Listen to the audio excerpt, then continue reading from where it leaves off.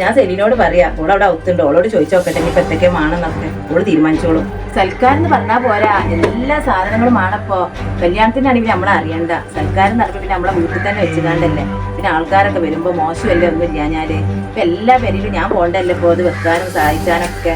ഇവിടൊക്കെ എന്തെല്ലാം സാധനങ്ങളാണ് ഉള്ളത് അറിയാം. ഇവിടെ ഇപ്പൊ ഞാൻ വന്നോക്കി ഇപ്പൊ നിങ്ങളെ ഒരു വർത്താനം കേൾക്കാനില്ല.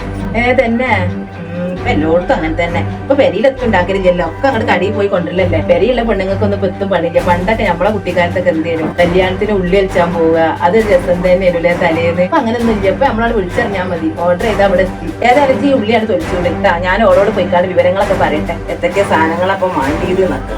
അതൊക്കെ ഞാൻ ശരിയാക്കിക്കൊണ്ട് നിങ്ങളവിടെ വെച്ചാണ്.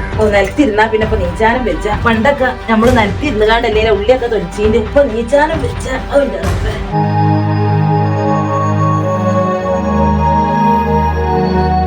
മോളെ സൂറാത്ത ചോദിക്കണേ എന്തൊക്കെ സാധനങ്ങൾ പുറത്തുനിന്ന് വാങ്ങേണ്ടിയത്, അതൊന്ന് വന്നു കാണിച്ചിട്ട് പറഞ്ഞു വിട്ടാ. എനിക്ക് അതൊന്നും പറയാൻ പറ്റില്ല. ബിരിയാണി ഏതായാലും ഇവിടെ വെക്കാൻ വിചാരിച്ച് അതിന്റെ ഉള്ളിൽ വെച്ചിന്. ഇത് വന്നുകാണ്ട് ബാക്കിയുള്ളതൊക്കെ ഒന്ന് പറഞ്ഞു വിട്ടിട്ടാ. ഇന്നോടൊന്നും പറയണ്ട, ഇത്രയും ആൾക്കാർക്കെല്ലാം കൂടി സാധനങ്ങൾ പുറത്തുനിന്ന് വാങ്ങിയേ എത്രങ്ങാനും കാശാവും. അല്ല സൂറാത്ത പിന്നെ അവിടെ എന്തിനാ വന്നിട്ടുള്ളത്, അതിനെപ്പറ്റൊക്കെ വെച്ചിട്ടുണ്ടാക്കാണ് നമ്മള്. ഇക്കാനോട് ചോദിക്കാനും പറ്റൂല. ഇപ്പൊ അടുത്താണ് ഇക്ക 10,000 രൂപ അയച്ചത്. അതൊക്കെ എന്താ കാട്ടി വെക്കും. നിങ്ങളിപ്പോ ആ ബിരിയാണി വെച്ചിട്ട് നമുക്ക് സൽക്കാരം വിളിച്ചാൽ മതി. നിങ്ങളിപ്പോ അവിടെയുള്ള സാധനങ്ങളൊക്കെ വെച്ചിട്ടാണ് ആ ചോറ് അങ്ങോട്ട് വെച്ചാളി, അത് മതി ഇപ്പൊ. അല്ലാതെ പെക്കങ്ങനെ പൈസ ചെലവാക്കണം.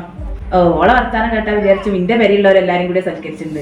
ഓളെ പെരിയുള്ളവരെയാണ് ഇപ്പൊ എല്ലാരും കൂടി സൽക്കരിച്ചിട്ടുണ്ട്. ഓളെ ആങ്ങളുടെ പെണ്ണുങ്ങളെയും ഇപ്പൊ കല്യാണം കഴിഞ്ഞ അനുസത്തിനെയും ഓലൊക്കെയാണ് ഇപ്പൊ വിരുന്ന് വിളിച്ചിട്ടുണ്ട്.